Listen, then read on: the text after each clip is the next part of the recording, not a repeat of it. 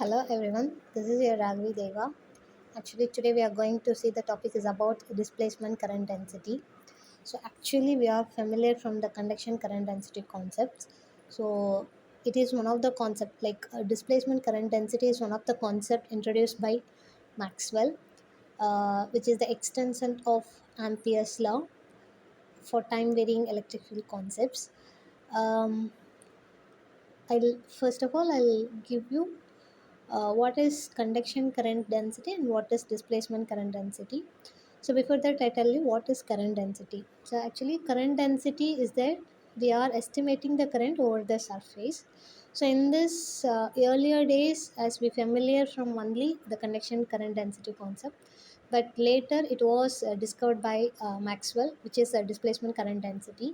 You just imagine for displacement current density, the best example is capacitor. Actually, you just imagine conducting material. So in this conducting material, it should be act as a conductor.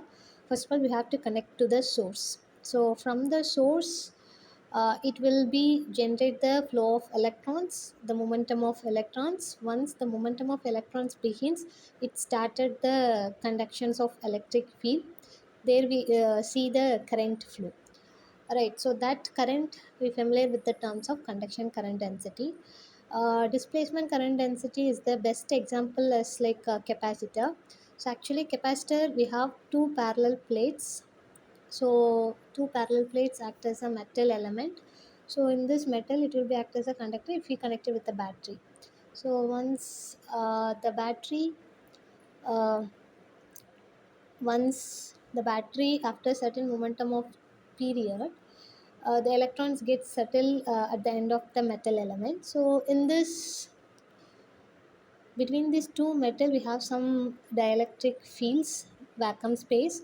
So there we experience the electric field due to the presence of electrons settle at the end of the metals.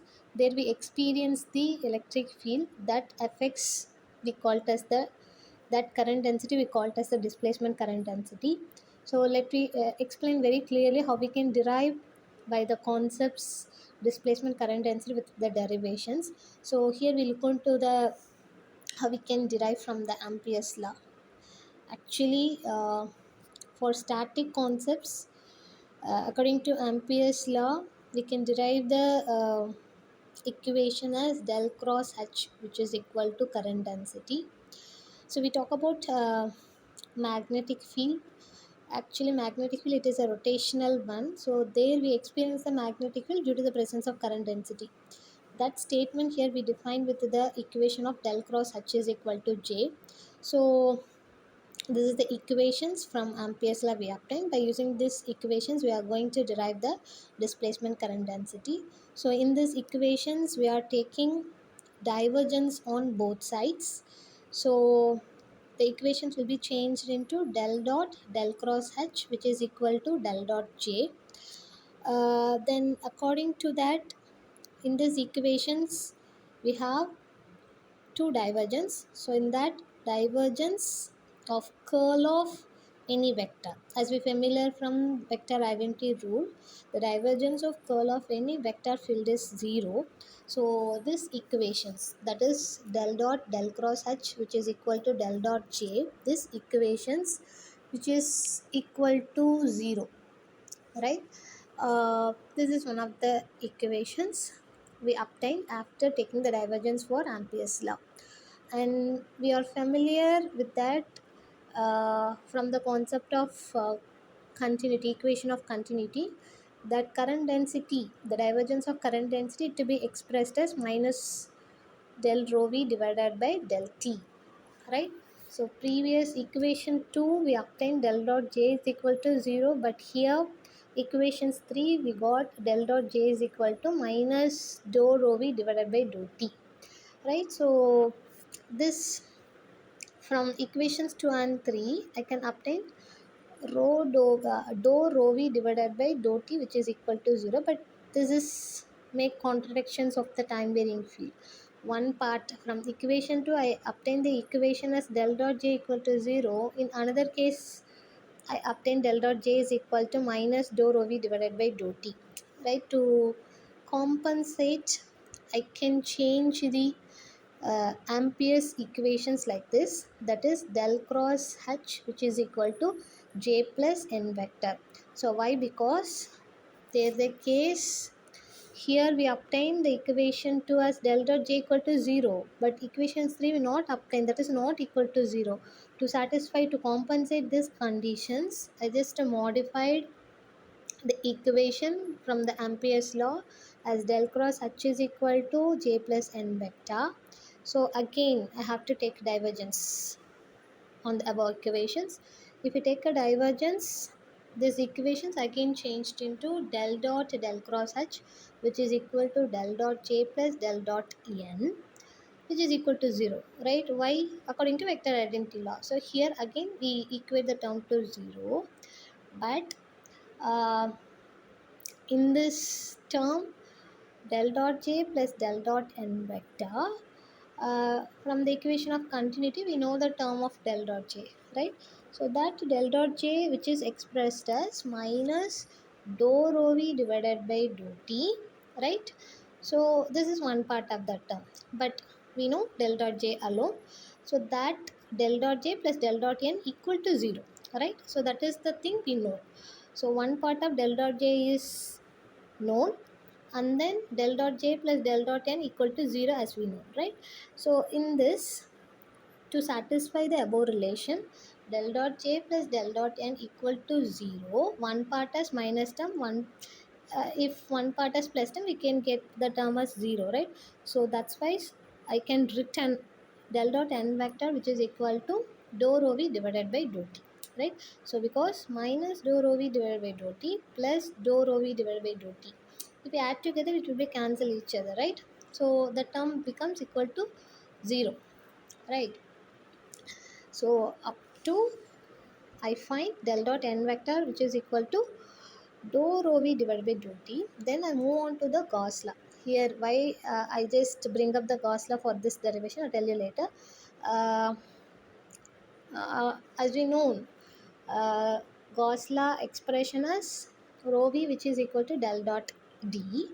So here del dot N we can get the term dou rho V divided by dou T. So in this place of rho V, I can change the term by del dot D. So if I change the term del dot D, where the place of rho V, right? So the equations I can get like this.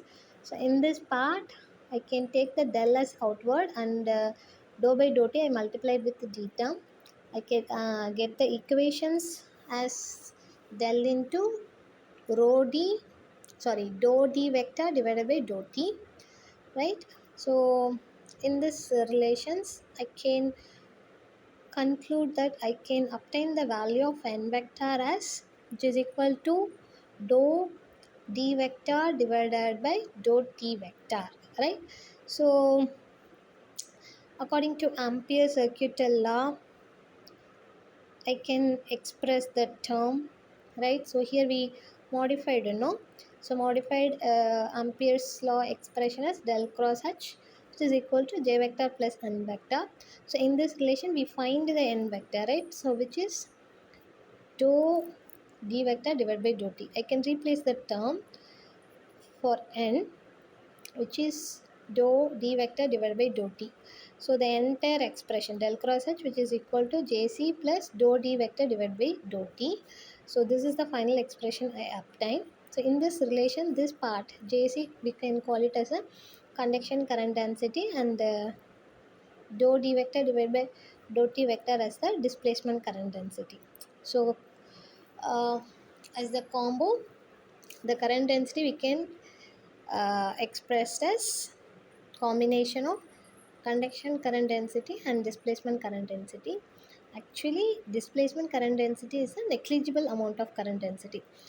It will be produce, there is no actual momentum of charge carriers. You just imagine where we experience that conduction current density means electrical wire, it will be act as a current carrying conductor like PCB board, battery power circuits. Likewise, they're the case we experience the conduction current density, and where we experience the displacement current density means it is actually exists in a vacuum space.